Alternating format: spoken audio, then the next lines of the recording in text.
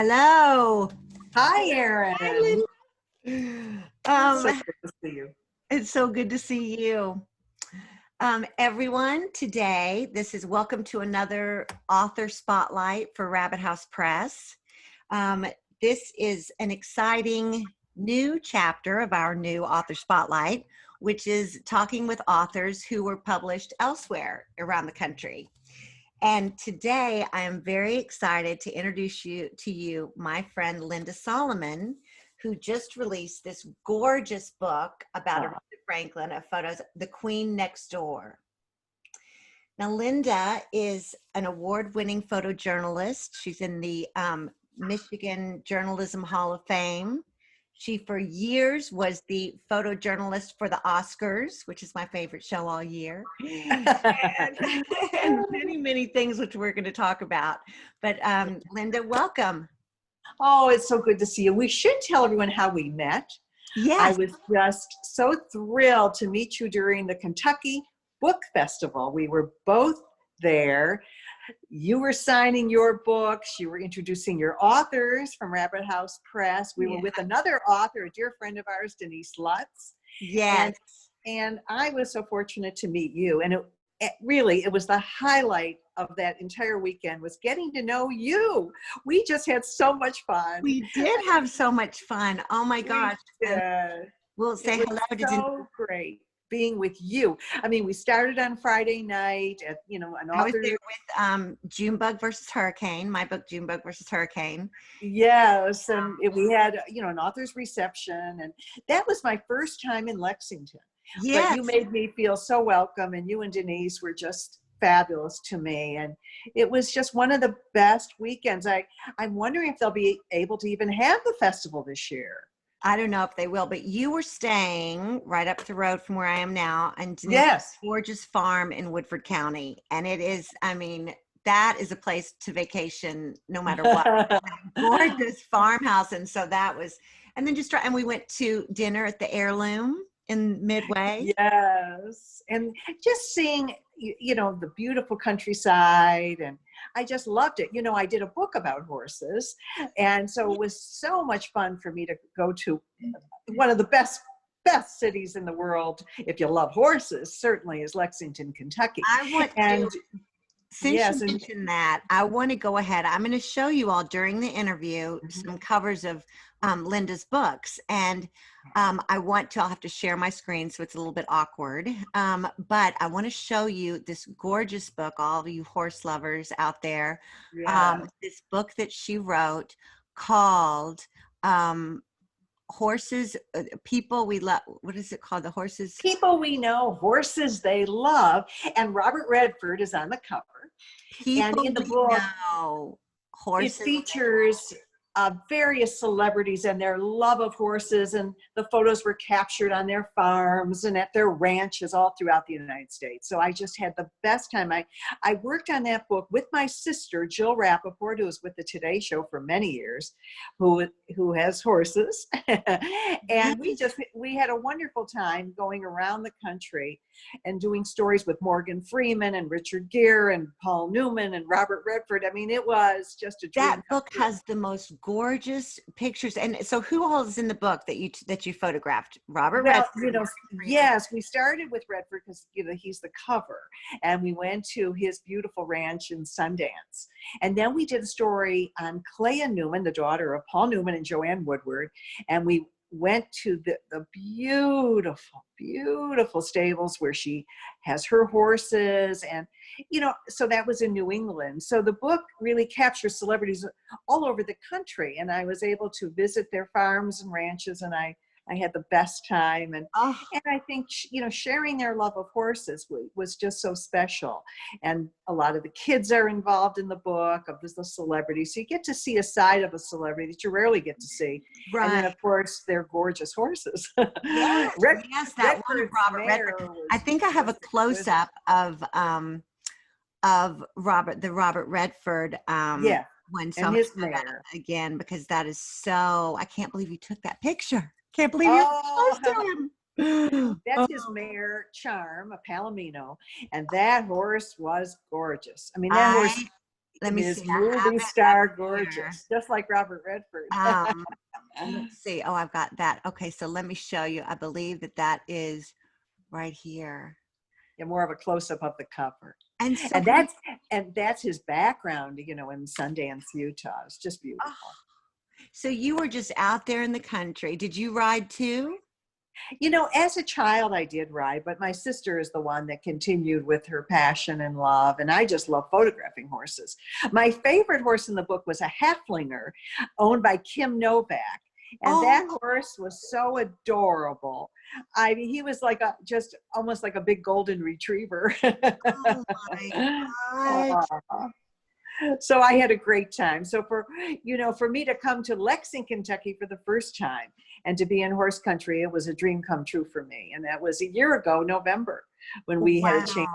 to meet. And Was it I a just year admire ago? you so. It was almost, well, it'll be a year in fall. I can't, But right.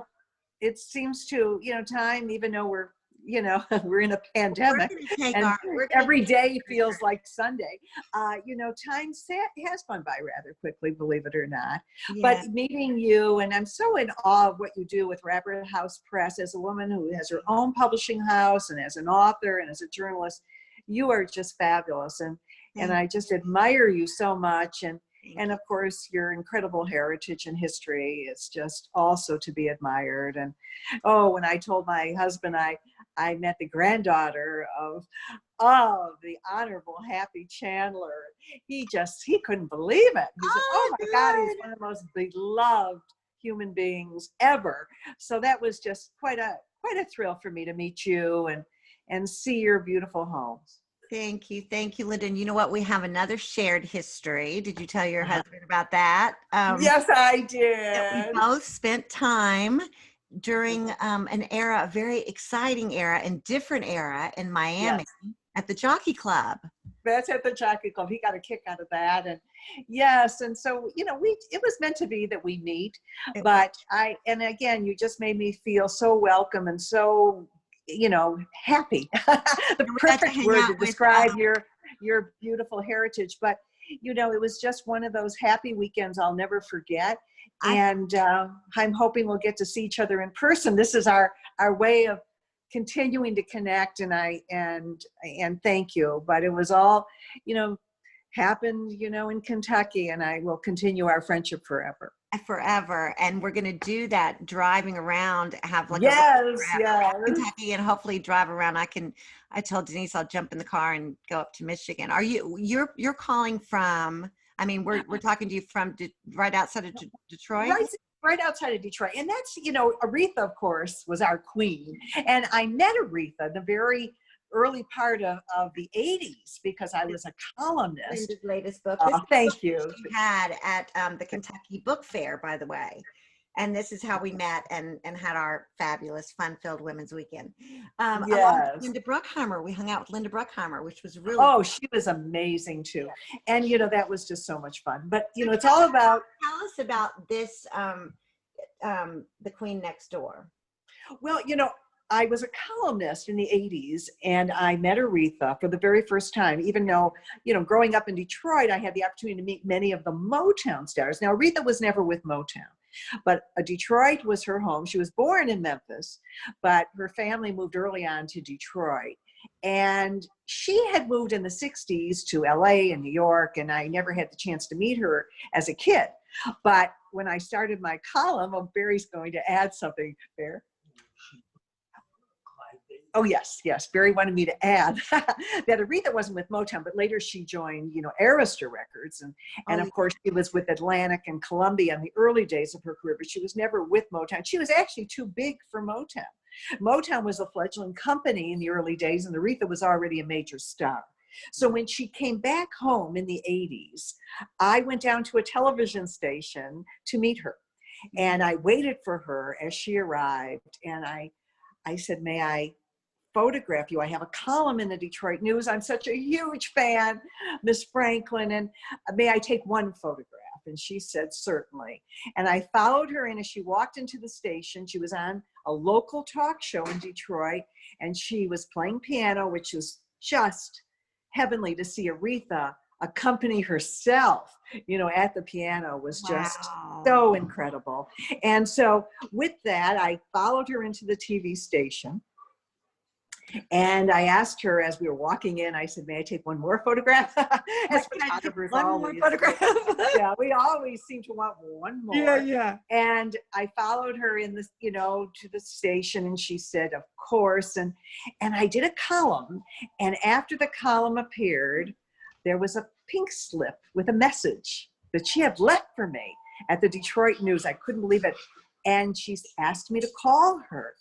And I saved that little pink slip, one of those old-fashioned slips where it says, while you were away. Yes. But to receive a message from Aretha Franklin, can you imagine? And I called her, and she invited me to a private reception at our mayor's residence. And that was the event that really changed The mayor of Detroit. And I really got to know her entire family. And that was such an important turning point because her brother was her manager. And I met him at this event, and then he invited me to everything from private rehearsals with James Brown, backstage at the AMAs. She did everything. I'm going to share the screen again, and while you're telling a little bit more, show a few of these pictures from the inside of the book. Oh, thank you. 1 second. This is just a gorgeous one. Where was this? Well, now she was live on the AMA Awards from Detroit, but she was holding up her hand to her ear because she was listening with her IFB as they were introducing her to receive her American Music Award. And I was the only one backstage with her brother, who was her manager, and her sister-in-law. And you can see she's just sitting back there waiting in her sequin mini, looking gorgeous. Gosh, do I love that sequin mini. I know, but that's the kind of experiences that I shared with her. She trusted me. And, she never asked for photo approval, which is so rare. Wow. She was always just like a girlfriend. She was fun, and we gossip and talk as friends. And she invited me to her Christmas parties, her birthday parties, and the invitations are also in the book. So people can actually see, the invitations she sent out. That photo was taken at one of her birthday parties. Oh, how fun.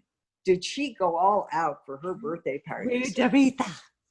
Yeah. And, a book like this, I will share with you, Erin, probably couldn't happen again with a celebrity because they've already shared everything on Facebook and on Instagram. This was, before the popularity of sharing everything you experience. So no one had their cell phones. So I was the only one there as a journalist capturing her. So these are photos that, you haven't seen. They were published many years ago in my column in the Detroit News, but they are photos that others weren't able to get because no one had a camera like today when everyone has their cell phone. But also, celebrities today, post all of their own images. So a book like this would be very difficult to publish today because, we've already seen it with everyone else. Yes. Now, I just noticed the foreword by Burt Bacharach. And that was the biggest high for me because, for Burt Bacharach, who has written some of the most incredible songs, including I Say a Little Prayer, one of Aretha's biggest hits. And for Burt Bacharach to write the foreword, I was so honored. And his words about Aretha were so beautiful. I mean, he said, nothing can compare to I Say a Little Prayer by Aretha. And he said, I thought we had a pretty good hit with Dionne Warwick, but when Aretha did it, it was just absolutely incredible. And so he was so touching and so special. And then Aretha's niece has written the afterword to the book, and she also shared some very personal stories about her aunt and what it was like just growing up, with such a famous family.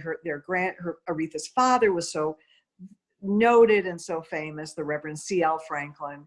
And so, sharing their heritage like yours, it was such an honor for me because Aretha's niece also, And shared it just goes to her show life. what kind of person you are, that she trusted you to be in, Oh, which thank is just really, that's all it is. That's what a photojournalist needs, or a you. photographer.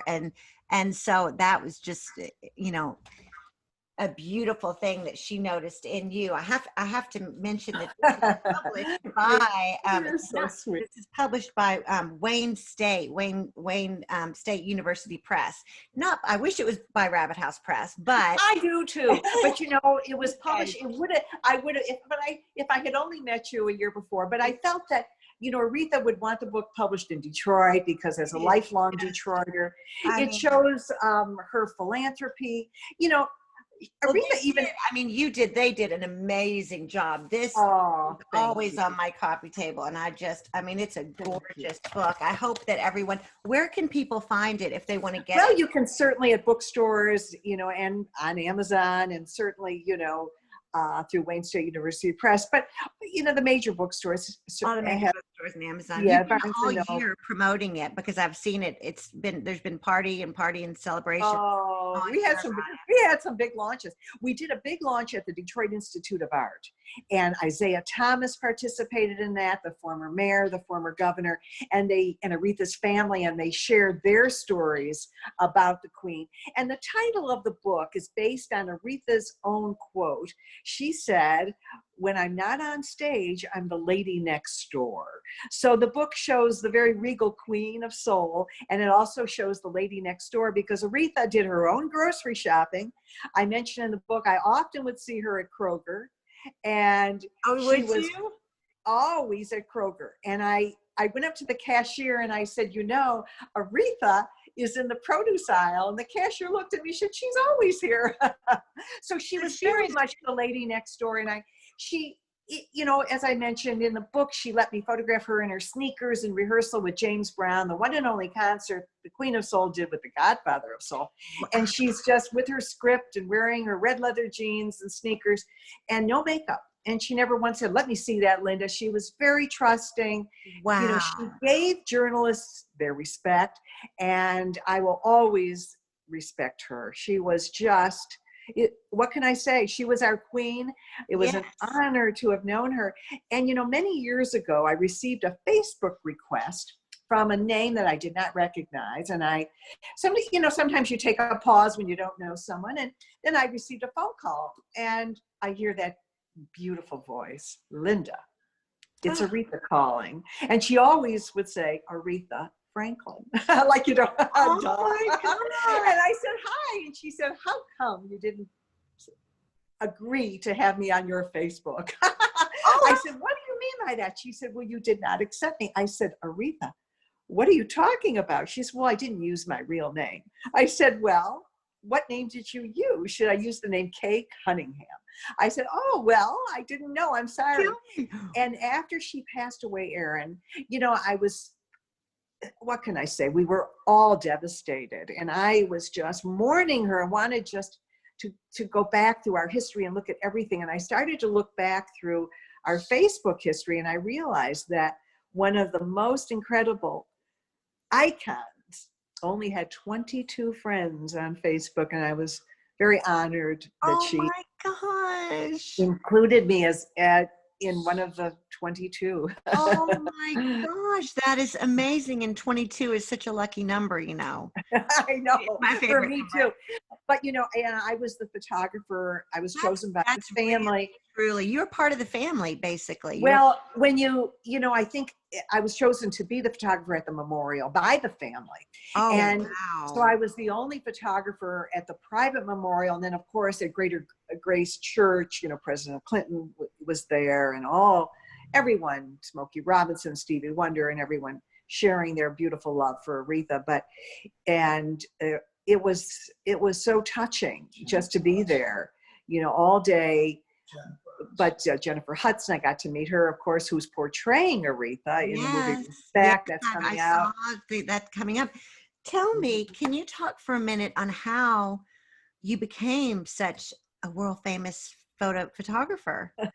Well, you're Wait, so did you sweet. when did you start? Well, I started as a kid. I was always a child, but growing up in Detroit, we had access to photographing the Supremes and the Four Tops and Temptations because you would see them at the local record store signing their albums, their records. So I was able to take my camera as a child and photograph all of the great Did your Motown parents like stars. give you a camera? Like how old were you when you got your first camera? I was 6 years old.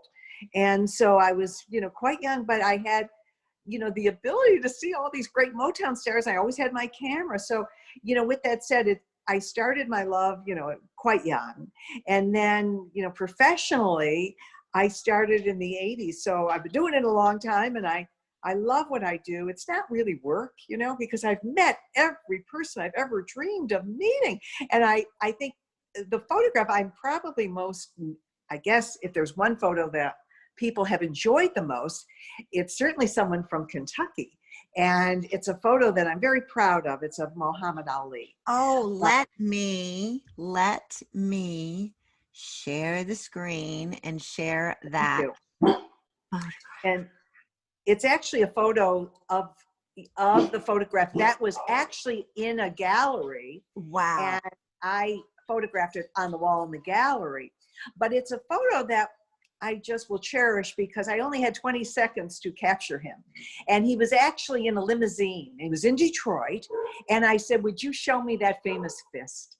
And his fist was extended outside the car. So the photo almost looks three-dimensional. It does. But, it's an amazing photograph. And so thank you. He put that fist out, and what an person he was.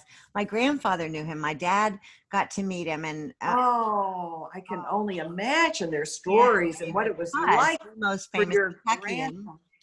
Yeah. Yes. Have you been to his museum? I would love to. I have relatives in Louisville, but I've been there, but it was many, many years ago, and I would love to come back. When we do our trip, I will come back and visit his museum. You took this of another famous Kentuckian. Yes. And that was taken at the Oscars on the red carpet of the gorgeous George Clooney. Yes. And photographing the Oscars is very challenging, Erin, for us as journalists. They only invite 110 photographers from all over the world. And where you are assigned your space is where you have to stand all day long. You have no flexibility. So, with that said, when the celebrities come in, you have very few seconds to photograph them, and you certainly can't ask them to move. But he was great. It was very interesting watching Clooney. He was so nice to the fans. Some of the celebrities that come in don't even look up at the red carpet, but he did. Now, there's another famous Kentuckian. Yes. Now, how did you capture this? That is a gorgeous picture. Oh, Jennifer Lawrence. That was really taken before she was famous.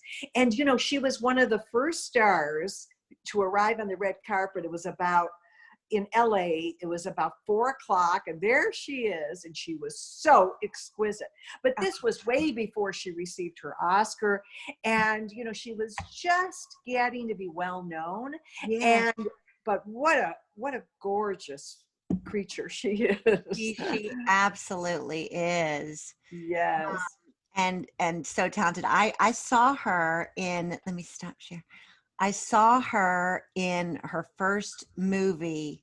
I was actually had gone back to grad school, and we were studying the book, the author that wrote the book. What was the first movie that she was in? Now I suddenly forgot. The Silver Lining Playbook? No, not before that. Oh, okay. Yeah. It was an independent movie. Oh, I know the one.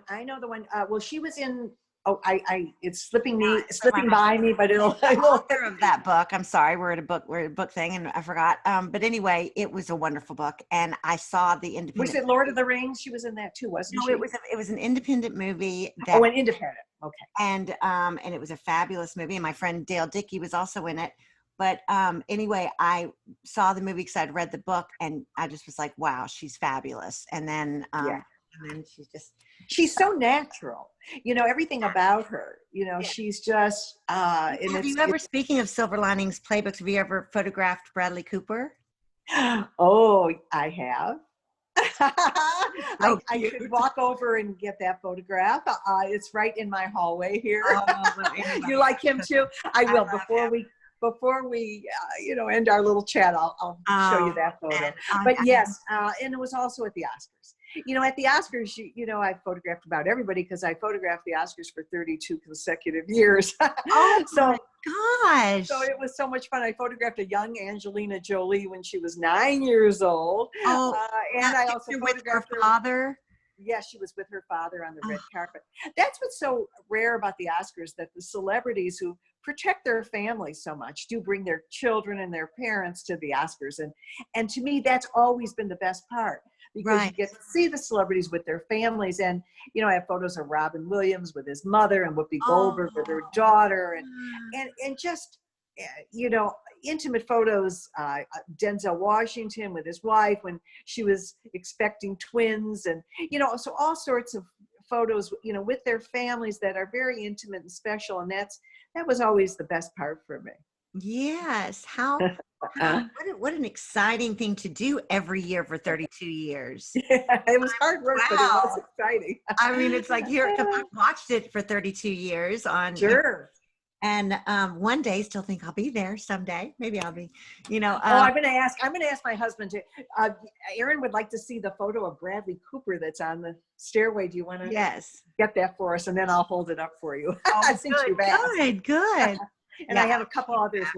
Barry will bring some others that are, I have a corridor in my home where I have a lot of the photos. Oh, I bet. Right down there of Bradley Cooper and some of the other ones that are on the stairway. He'll bring them up for you. Oh, we have Elizabeth Taylor behind us.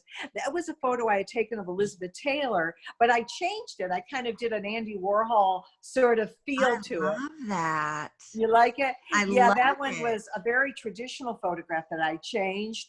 And I sort of did. I have a picture of her here in Kentucky on this back wall myself. She stayed with my grandparents when they filmed Raintree County. Oh my God. My mom got to meet Montgomery Clift and Elizabeth Taylor. And oh my God. She just said she was just stunning. Just just incredible. And so I don't know how to turn. I want to see your photo. I know. I want you to see it. Well, when you come to visit next time, please. We are going to have a wonderful time. We'll have a fun dinner here, and then we'll go off. Well, here's Barry just brought Bradley Cooper. Do you see him? Oh my gosh! What a cute. We'll zoom in on those eyes. Those turquoise eyes. Oh my gosh, that's a gorgeous picture. Well, it was fun because it was also at the Oscars, and I'm kind of flipping my little phone around here. I'll show you Paul Newman too. I just printed this one fun photo of Paul Newman on his little mini bike here. I don't know if you can see it. Oh my gosh! But there's another one over here. I have photos all over. Barry wanted me. I want to ask you. I'll show you that. Taking all of these photos your whole life of all of these wonderful people, and I too, when I was about 6 years old, got to be up close and personal with people, entertainers like Sammy Davis and the Shirelles, and speaking of Motown and all that, and all these people, and seeing this at a young age, and then you continued your life just photographing and getting up close and personal with everybody. Can you tell me what you learned? I know you learned a million things, but basically just meeting all of these people that have had to guard their lives and that are so celebrated by our society. What is the biggest takeaway that you felt like? That's a very interesting question. And when you mentioned Sammy Davis, before we started, talking, Barry said, please make sure you tell Erin the story about Sammy Davis. So I enjoy knowing that you also had the opportunity to know him. I think every night, I watched him. My dad placed us at Caesars in the showroom at the Circus Maximus showroom, and I watched him sing his whole show, but Mr. Bojangles from 9 years old on it. And it just, every night after night after night. And I just, it just gave me chills forever. So it's a wonder that I was just like, oh, I'm a theater major. It never occurred to me to do anything else, you know? Right, and that's the way I felt. I have a photograph of him as he was singing Mr. Bojangles. I'll have to send that to you. But one of the greatest compliments I received, and then I'll answer your question, was from Sammy Davis, because he was performing at an outdoor theater here in Michigan, and I can't remember which song, but he had forgotten the lyric to one of the songs, and he asked, one of his musicians on stage to bring him the sheet music. So I photographed him as he was looking at the sheet music, and I sent him the photograph. And he sent me a letter, and he said it was one of his favorite photographs, and that when he would travel, Erin, I'm sure you were probably aware of this because of your father's friendship, he would take things to personalize his hotel rooms because, for example, if Caesar should be there for 3 weeks, so he would take that photograph of mine and have it on the wall just to make his whole hotel room look like his own office or family room. So amazing. But I think to answer your question, what I've learned from, having the opportunity to meet some of the biggest stars, from Aretha Franklin to Tony Bennett to Sammy Davis, I think the bigger the star, the nicer the star. I mean, just to be able to observe how much they appreciate their fans and yet, look at the accolades they receive, and yet they've been able to maintain their kindness and their heart. I think some of the up and coming stars need to take a lesson. I have a story about that.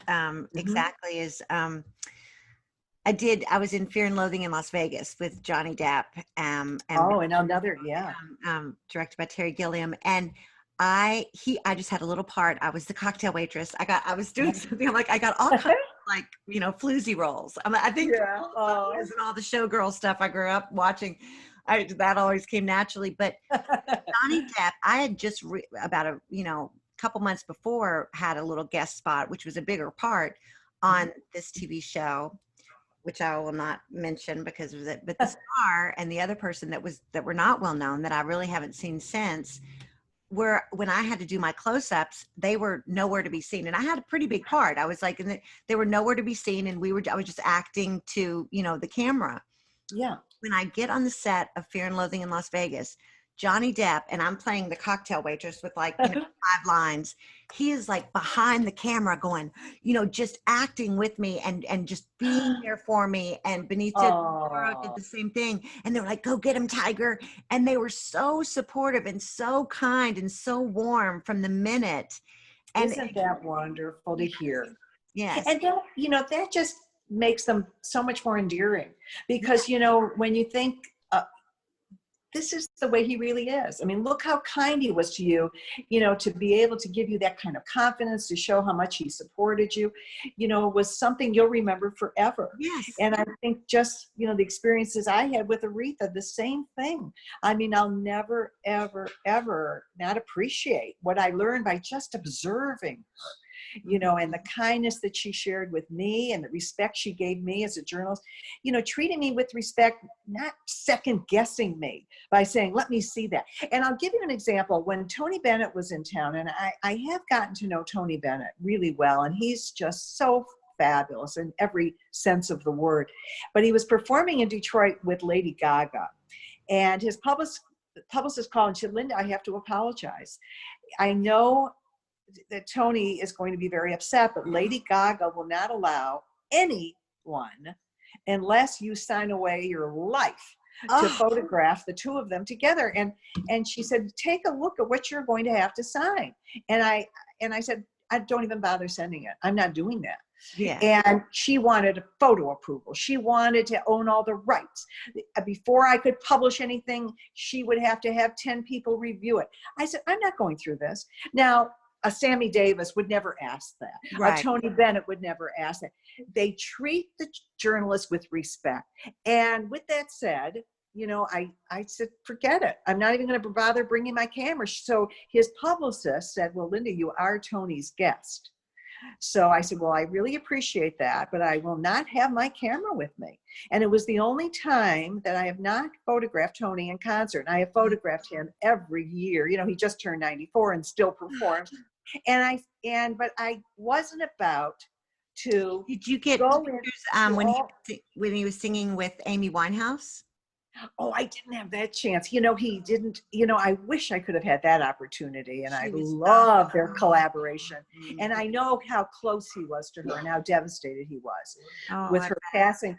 But you know, with Lady Gaga, you know, I realized, and I got to meet her backstage. And she was so weird. You know, I will tell you, you know, she knew I was a friend of Tony's because I was a guest of his. And yet she barely could say hello. And I said, your concert was great. She, you know, quietly said, thank you. But, you know, with that said, you know, I did not bring a camera, nor did I, you know, sign away my life by having to photograph her. And nor would I. I mean, you know, I think that going back to what I said, the bigger the star, the bigger the person. I really. And you know, because you've met all of the big stars, so you know that. And, you know, I will always, you know, just cherish those experiences that we both have been able to have. Right. And because I think it'll be rare in today's world with some of the younger stars that are up and coming and won't have the decades of success and the longevity that a Sammy Davis had and Aretha Franklin that was famous her entire life. Right. You know, for decades, and Burt Bacharach and Bennett and Sinatra and all the greats. So I was just going to say Sinatra, who was who my dad got to be friends with when he played at Caesars a lot. And oh my gosh, that must have been. I want to hear those stories. I have got to tell you those stories. We've just got a few minutes because I like to keep these under an hour. But I want to talk about a wonderful foundation that you have created. And it's called Pictures of Hope. And I want you just to talk about it. And I've got some pictures and how you created what is it? Pictures of Hope is really my heart because I'm able to meet children living in shelters in America. And we go to the shelters and we meet the kids and we surprise them with cameras. And we have mentors that include the mayors of cities, the police chief, journalists, writers. I want you to be a mentor. And the mentors guide the children as they go off on their photo assignment to capture their hopes and dreams in words and with a camera.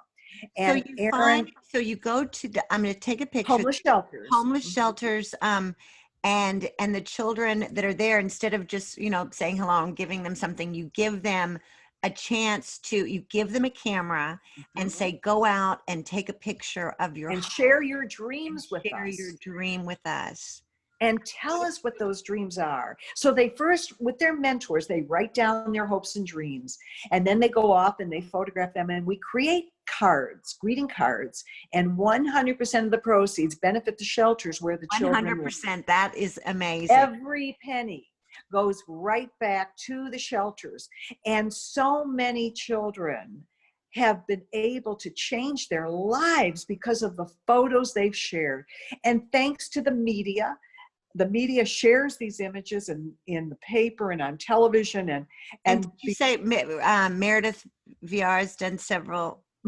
Meredith Vieira has featured Pictures of Hope. I was on NBC Nightly News for Making a Difference. But when you look at these heartfelt photographs, when these children can dream for anything and hope for anything, and this child said, I just hope for my own bed. 11 years old, living in a homeless shelter in Memphis. Savannah. Yes. And there are so many misconceptions about the homeless. So what we try to do is shed light on the problem. Do you know there are 2.5 million children in the United States that are homeless? Oh my God. The numbers are, during the pandemic, have escalated past 2.5 million. And the average age of someone homeless in the United States is 7 years old. Are you so? And look at the images that they capture. Hope for a friend. And you know what, Erin? Because you know this as someone who who shares your heart and your words. These children have done the same thing. They open up their hearts, and in words and in photographs, they shared their innermost feelings and what they want the most. I love And just to have a friend. So you don't see photos of iPads and things like that. I no. mean, the only material photographs you will see are for a home, and certainly for the things that are essential. My dream is to have food to Maya, age 6. Mhm.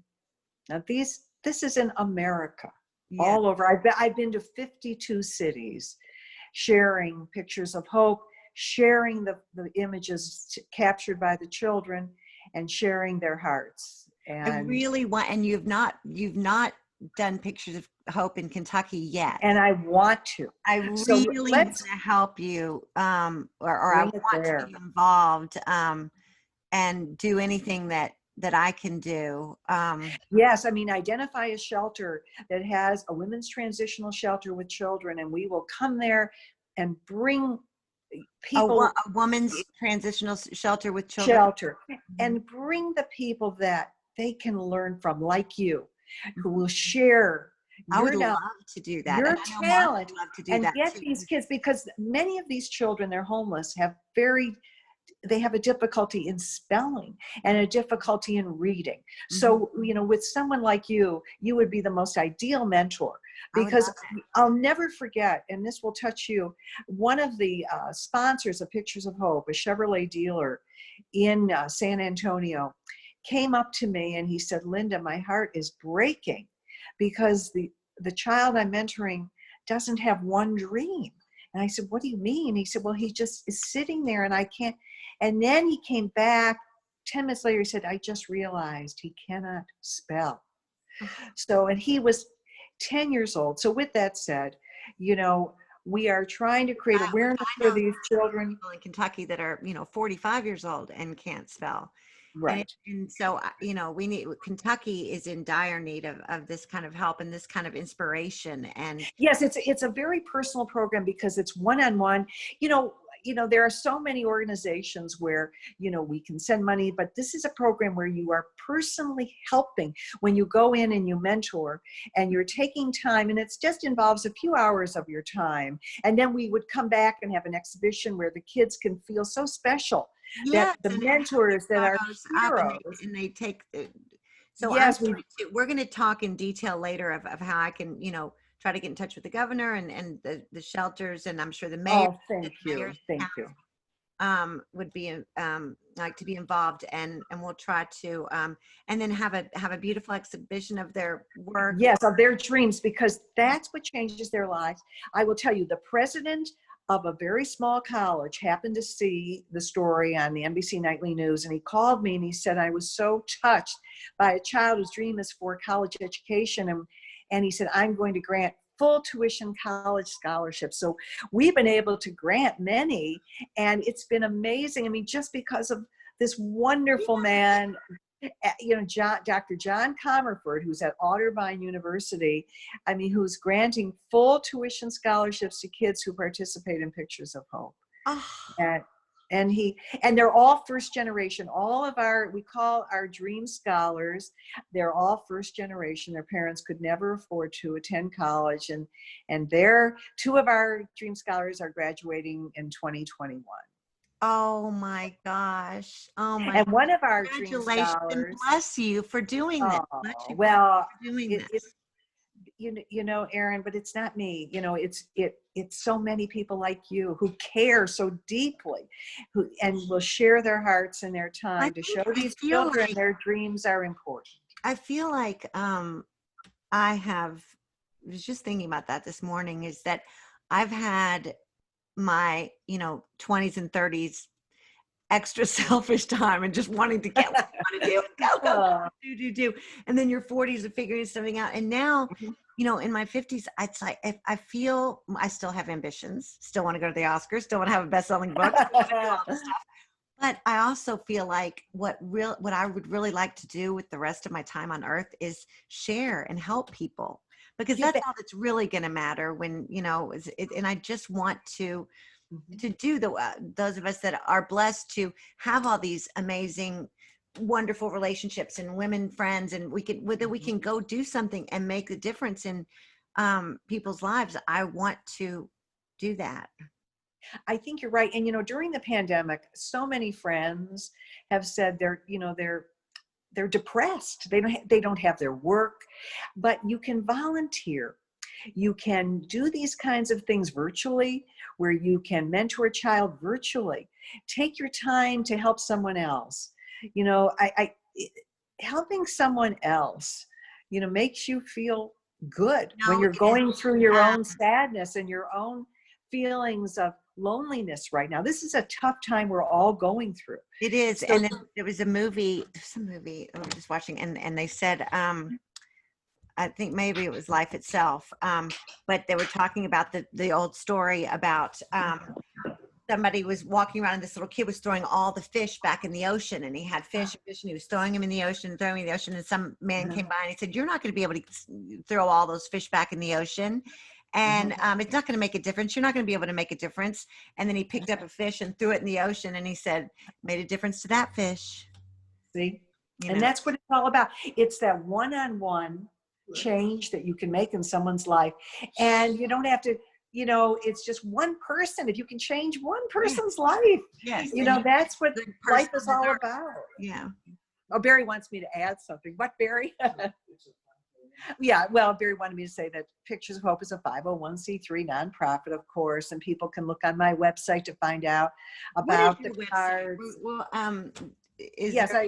Linda Solomon Photography, and we have pages devoted to Pictures of Hope where people can learn about it and read about it and watch some of the news stories and meet the children and see the cards. And the shelters are listed who we're helping, and people can purchase the cards knowing that every penny goes right back. But with that said, we can, continue our friendship by helping others, Yes. certainly by sharing our dreams with each other, but Yes. also sharing the dreams of children. And I can't wait to be able to do more fun things with you. It all started can't in wait to do. Kentucky, and we'll Yes, continue our friendship. And I wish you the absolutely. best of everything through the pandemic. Stay healthy, stay safe. You too, Linda. And thank you Please. so much for sharing all this with us. And and Thank you. I love you, and I can't wait to I see love you again. you. And Barry, thank you so much for helping us from the side. Yeah, Barry with his little asides. He's I sitting right like here. that. That's wonderful. So Getting the photos for us. But again, just take good care of yourself. Continue expressing your heart in your writing and in your heart by sharing others' work, which is so wonderful. And so much and fun. I bet it is. And they must love working with you. Yes. What a wonderful Hug your publisher golden to have. doodle. Yeah, he's sitting here, right? He's sitting here too. Oh, good. He's listening to us. Oh, But good. you just take good care, and thank you for including me in this wonderful series you're doing. Okay, thank you. And thank you all of you who listened. And we'll be back next week with Sharice Wallace, who wrote the wonderful The Resurrection of Joan Ashby. We'll be talking to her next week. Thank you, Linda Solomon. You're so welcome. Bye. Bye-bye.